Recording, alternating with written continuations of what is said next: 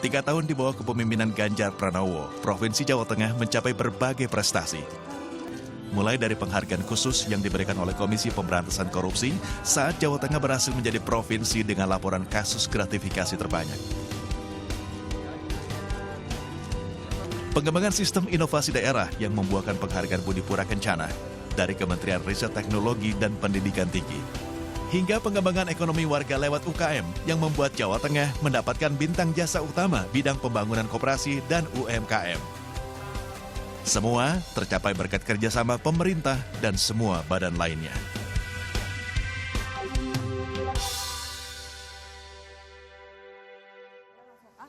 Lo buka, oke.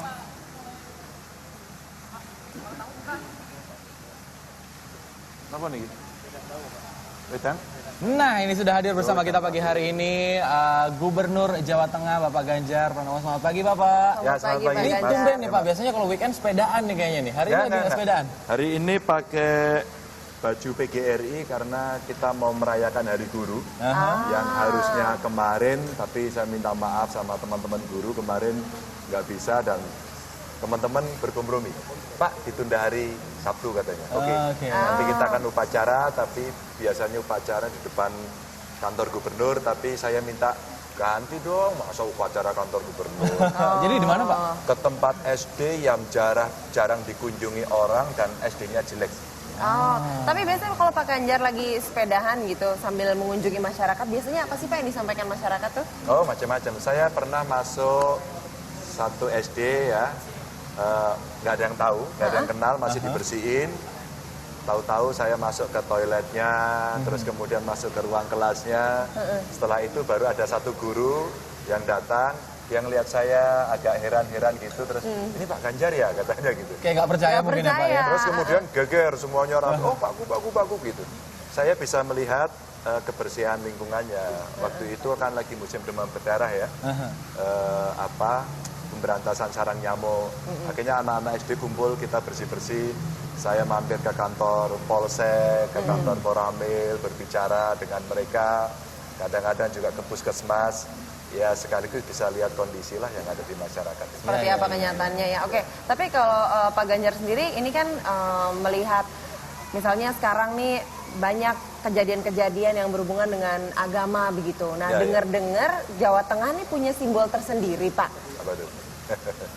Ya bukan sih? Iya, ini Katanya satu simbol toleransi. Kaitan dengan toleransi karena di simbol itu tuh ada berbagai paduan budaya. Ada unsur-unsurnya, ada yang melambangkan kepala naganya, ada yang badan kambingnya, ada yang kaki untanya. Warak endok itu betul Pak? Itu khasnya bukan Jawa Tengah, itu Semarang. Oh Semarang, oh oke. Kita punya 35 kabupaten kota ya, sehingga masing-masing daerah punya simbolnya masing-masing. Dan Semarang ini unik karena ini kota yang sangat tua sekali. 2 minggu ini saya mendapatkan 2 tamu besar, satu Perdana Menteri Singapura dan yang kedua Perdana Menteri Belanda. Kemarin yang Belanda saya ajak keliling, bahkan yang menarik Perdana Menteri Singapura mengatakan nenek moyangnya orang Semarang. Perdana Menteri Belanda ini Pak Makrut ini menarik juga, dia sukanya di Belanda makan di restoran Puncak. Ya ampun, makan Indonesia. Masakan Indonesia. Kebetulan beberapa waktu lalu saya juga ke sana. Dan yang menarik, kota lama, kota tua yang ada di sini ini saya ceritakan kepada Makrut, Perdana Menteri Belanda ini bahwa ini simbol toleransi loh. Waktu dengan Perdana Menteri Singapura juga saya ceritakan hal yang sama.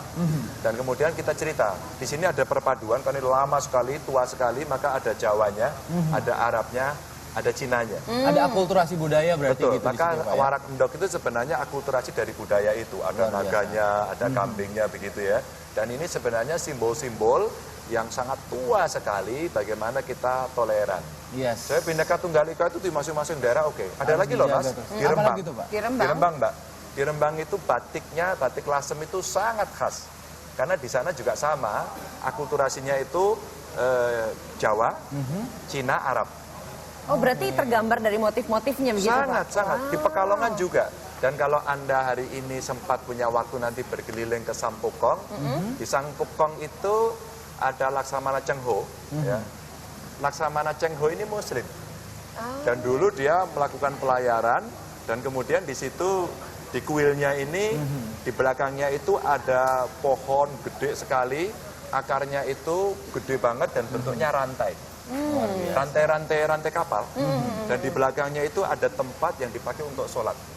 Maka hari ini orang sering sholat di situ. Maka Jadi ini perpaduan budaya banget gitu di situ. Pak, perpaduan ya? budaya, dan ketika kita bercerita keindonesiaan, sebenarnya nenek moyang kita itu sudah punya evidence ya, bukti-bukti yang menunjukkan bahwa kita ini bersaudara. Kita ini bersaudara. Itu kan tapi dari semuanya. bukti-bukti sejarah tuh Pak. Kalau Bapak sendiri nih memimpin Jawa Tengah gitu ya, dengan program-program yang Bapak canangkan sendiri, apa sih Pak yang kira-kira program yang memang spesifik untuk terus menjaga kebinekaan dari masyarakat, nggak cuma di Semarang berarti di seluruh Jawa Seluruh Tengah? Jawa Tengah, ya sebenarnya dengan peninggalan sejarah yang sudah seperti itu, yang masyarakatnya ramah, sangat berkompromi, sangat menghormati, itu sebenarnya social capital ya, modal sosial yang kita miliki, yang kemudian mereka hanya butuh disentuh, butuh diajak ngobrol, butuh bareng-bareng, yang itu dalam akar budaya demokrasi yang paling tua itu namanya rembukan.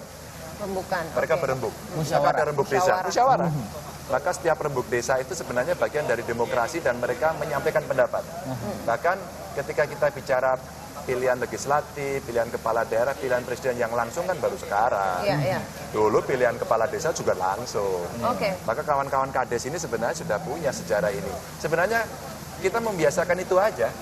Dan Jawa Tengah sudah mendeklarasikan, gubernur-gubernur sebelum saya dulu, bentengnya Pancasila. Bentengnya Pancasila. Bentengnya Pancasila. Oke. Maka kita mesti toleran. Nah, ini cara-cara kita merawat Indonesia dari Jawa Tengah dengan ya kita saling bertandang, bersilaturahmi. Yang kalau hari ini sering digantikan dengan gadget, kurangi dong gitu. Oke, terakhir nih Pak Ganjar, kalau misalnya sekarang sudah hampir berakhir nih tahun 2016, apa target utama di tahun 2017 untuk Jawa Tengah sendiri keseluruhan? Saya masih kepingin reformasi birokrasi nomor 1. Karena tagline saya, mboten korupsi, mboten ngapusi. Boten Apa tuh, Pak? korupsi, Coba ulang. boten Boten ngapusi. korupsi. Boten korupsi, boten ngapusi. Boten Tidak ngapusi. menipu, tidak korupsi. Tidak menipu, Maka tidak reformasi birokrasi, saber pungli semua sudah kita mulai dari Jawa Tengah. Mungkin dulu ingat ya, Gubernur Ngamu di Jembatan Timbang. Jembatan Timbang. Gubernur kemarin OTT di Samsat. Gubernur menemukan pungli untuk PNS dan seterusnya. Maka ini yang coba kita dorong. Karena kalau birokrasinya bagus, layanannya bagus, maka kita harapkan perubahannya juga bagus. Itu akan mengikuti. Dan sekarang saya minta hanya 3 kata saja. Apa tuh, Kalau Pak? mau pelayanan itu mudah, murah, cepat. Mudah, murah, cepat. Murah, Setuju, cepat. Pak. Pokoknya yang pasti hindari pungli juga ya. Iya, Hindari pungli. betul. Hindari Oke. pungli, hindari korupsi. Baik, terima kasih sekali Terima kasih Pak banyak Pak Ganjar. Ganjar.